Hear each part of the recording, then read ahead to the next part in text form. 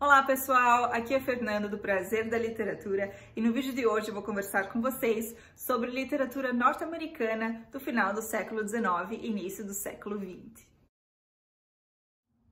Então pessoal, no último vídeo do canal eu comentei com vocês que eu estou ministrando 2 cursos de literatura na Universidade de Leiden, concomitantemente à minha pesquisa de doutorado. Um deles é literatura inglesa do século XIX. Eu conversei sobre a lista de livros, a lista de leitura para esse curso no último vídeo aqui do canal. Se você tem interesse em saber quais livros você deve ler para se familiarizar com a literatura inglesa do século XIX, assista esse vídeo aqui que eu vou deixar aqui em cima no card.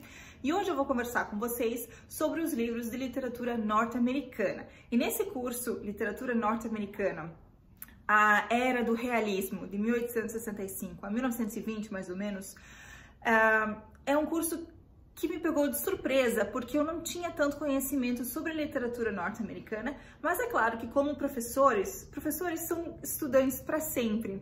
Então, tudo aquilo que eu não sabia, eu estudei, eu pesquisei para poder passar esse conhecimento para os meus alunos. E eu admito que eu aprendi muito com esse curso e eu fiquei muito satisfeita com o resultado final e eu quero compartilhar um pouco desse conhecimento com vocês. Então, nesse curso de literatura norte-americana, nós começamos a partir de 1865, porque esse é um período muito importante na história dos Estados Unidos. De 1861 a 1865 foi o período de guerra civil nos Estados Unidos. Então, o país foi dividido em 2, o norte, que era abolicionista, e o sul, que era escravocrata, e o sul se transformou nos Estados Confederados, enquanto os Estados do Norte permaneceram os Estados da União. E as consequências desse período de guerra e o período de reconstrução após o fim da guerra, em 1865, é algo que é, claro, que marca a literatura e as artes de uma maneira geral. Então, todos esses livros que eu vou comentar com vocês aqui, eles trazem marcas do período histórico, porque a literatura e a história, elas andam de mãos dadas. E é por isso que eu acho os estudos literários tão fascinantes, porque você aprende sobre uma cultura, um universo, um contexto histórico a partir de livros, de textos literários. E o primeiro livro que nós discutimos é um dos clássicos da literatura norte-americana. Aliás, muitas pessoas dizem que a literatura norte-americana se iniciou com esse livro, então não é pouca coisa não. E eu estou falando de As Aventuras de Huckleberry Finn, do Mark Twain. Esse livro foi publicado na segunda metade do século XIX, mas ele se passa no período pré-guerra civil, no sul escravocrata, Mississippi, em Missouri, perto do rio Mississippi, e é lá que o protagonista dessa história, o Huck, que é uma criança que conta sua história em primeira pessoa, com a sua própria linguagem, e é aí que a gente percebe a inocência de uma criança e como ele, o Huck, vai descobrir o que é certo de acordo com as suas próprias opiniões e o que é certo ou errado de acordo com as amarras da sociedade, principalmente com relação a pessoas de pele escura, que naquele momento, no sul dos Estados Unidos, sofria preconceito, a maioria deles eram escravos. Então, se você quer saber mais sobre esse momento, ter essa experiência do sul americano, leia esse livro. Tem um vídeo aqui no canal sobre as aventuras de Huckleberry Finn. Se você ainda não assistiu, assiste lá, vou deixar aqui em cima no card. Outro livro que me marcou muito durante esse curso foi The Red Badge of Courage. Então, se eu não me engano, para o português ele foi traduzido como A Glória de um Covarde. The Red Badge of Courage seria o brasão vermelho da coragem. E é claro que esse título é muito simbólico, The Red Badge of Courage. É uma história, um conto um pouco mais longo do Stephen Crane, que é um dos grandes nomes da literatura norte-americana. Apesar de que Stephen Crane nunca participou de uma guerra, nunca nem sentiu o cheiro de pólvora, ele disse, ele traz nesse livro aqui um relato de um soldado, um jovem soldado que se alista para a guerra civil norte-americana, e lá ele luta com os exércitos da União contra os Confederados do Sul. Esse livro causou muita polêmica na época. Ele foi escrito e publicado no final do século XIX, então depois do período da Guerra Civil, mas justamente se passa em uma das batalhas do final da Guerra Civil, e ele traz uma representação nua e crua de um indivíduo sem experiência nenhuma em um conflito sanguinário em meio a batalhas. E o que se passa na mente de um soldado nesse momento? Qual é a razão, qual é o motivo da guerra para essas pessoas que estão ali lutando, que estão ali perdendo amigos, colegas, que estão passando fome, frio e que andam de um lado para o outro? Essa reflexão sobre o que estamos fazendo aqui. Esse soldado, Henry Fleming é o nome dele, o protagonista. Ele se sente jogado de um lado para o outro, ele só obedece regras, mas ele não vê o propósito dessas andanças de lá para cá. Ele não sabe quem que está do outro lado do rio, ele sabe que é o inimigo, ele tem uma curiosidade sobre esse inimigo, que na verdade é um homem, um jovem igual a ele. E para esses indivíduos, a guerra em si não significa nada, significa apenas morte. E é um relato muito fascinante, porque te leva a pensar. Ele se pergunta: o que vai acontecer no meu primeiro embate? Eu vou correr? Eu vou fugir? Eu vou ter coragem suficiente para lutar? Então, nós entramos na cabeça do protagonista.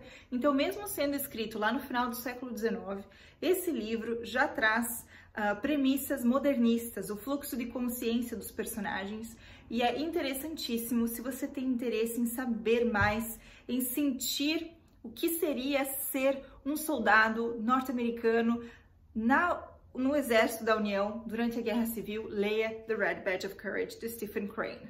Depois de Stephen Crane, nós vamos para o final do século XIX com um dos grandes nomes do realismo norte-americano, o Henry James, que foi um autor americano e inglês. No final da sua vida ele se naturalizou inglês, mas ele escreveu muito sobre esse embate cultural entre o velho mundo, a Inglaterra, e o novo mundo, os Estados Unidos. Ele escreveu um dos meus contos de terror, digamos assim, um dos meus contos fantásticos preferidos, A Volta do Parafuso. Se você tem interesse em ler uma história que vai te deixar com os cabelos em pé, leia A Volta do Parafuso, do Henry James. Mas esse livro aqui é uma pegada totalmente diferente.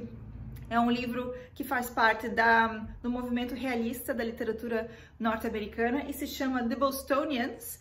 No português ele foi traduzido para As Mulheres de Boston, e aqui nós somos levados para Boston no final do século XIX. Boston era a capital intelectual, enquanto Nova York era a capital da sofisticação e da moda, da modernidade. Boston era a capital intelectual, e lá Boston estava fervilhando com movimentos e reformas sociais, como o movimento sufragista feminino, as mulheres que lutavam pelo seu direito ao voto. Nos Estados Unidos, as mulheres somente conseguiram direito ao voto em 1920. Então imaginem só, apenas 100 anos atrás as mulheres passaram a poder votar nos Estados Unidos. E aqui nesse livro a gente acompanha a Olive Chancellor, que é uma mulher solteira por convicção, de uma família rica, que adota, digamos assim, uma jovem, Verena, que é muito bonita, é inocente e sabe falar muito bem em público.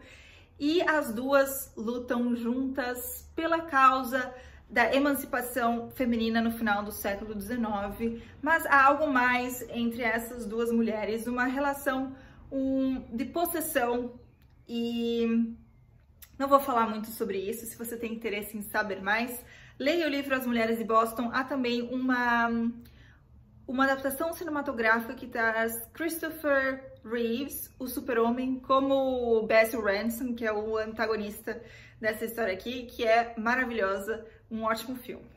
E por fim, um livro completamente diferente que nos leva agora para o norte, o frio do norte, para ser mais específica, na divisa com o Alasca, entre o Alasca e o Canadá. Estamos falando de o chamado selvagem, o chamado do selvagem, há diversas traduções. No original, The Call of the Wild, do Jack London. O Jack London foi um autor muito popular na sua época. Ele morreu muito jovem, aos 40 anos, mas ele escreveu muito. Ele é o precursor dessa narrativa de aventura e também de ficção científica.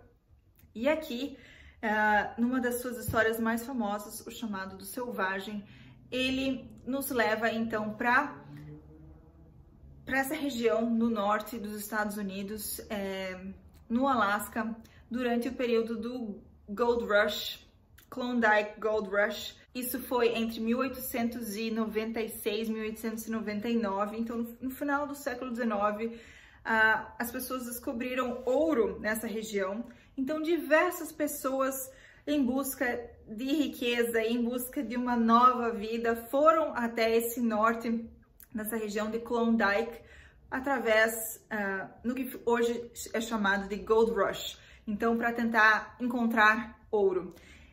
Mas é claro que essas pessoas não estavam preparadas para enfrentar o frio, para enfrentar o gelo, para enfrentar a neve, então a maioria dessas pessoas acabaram perecendo. Mas o protagonista desse livro aqui não é uma pessoa, e sim um cachorro, Buck. Então nós lemos essa história através da perspectiva do Buck, que é um cachorro enorme no sul dos Estados Unidos, na Califórnia. Então é um cachorro acostumado com o clima quente do sul, até que um dia ele é sequestrado e vendido, porque nesse momento, então, por causa dessas expedições para o norte, eles estavam em busca de cachorros que pudessem levar os trenós para essas áreas inóspitas no norte. E ele é vendido para uma dessas trupes criminosas que revendem cachorros roubados para que eles pilotem, para que eles levem os trenós até o norte. E o Buck, ele sofre muito porque de um dia para o outro ele vê o seu mundo completamente diferente, e ele tem que aprender a viver nesse mundo selvagem, e ele vai aos poucos recebendo, ele vai revivendo instintos dentro dele e se reconectando com os seus ancestrais e com a natureza. Ele vai sendo chamado por esse chamado do selvagem, até que ele, então, não vou falar para vocês o que acontece, mas essa reconexão com o passado, reconexão com a sua história, a história dos seus ancestrais, dos cachorros e lobos que vieram antes dele, é realmente muito, muito mágica e muito interessante de ler. Então é isso, pessoal. Espero que vocês tenham gostado de saber um pouco mais de literatura norte-americana. É claro que tem muito mais pra gente falar sobre os livros publicados nos Estados Unidos durante esse período, mas se você tem interesse em se familiarizar com esse período e com esse estilo de literatura, eu sugiro que você leia esses livros que eu comentei aqui no vídeo. Se você gostou desse vídeo, não se esqueça de curtir, de comentar e de compartilhar. Se você ainda não é inscrito no canal, não deixe de se inscrever. Uma ótima semana a todos e, é claro, ótimas leituras!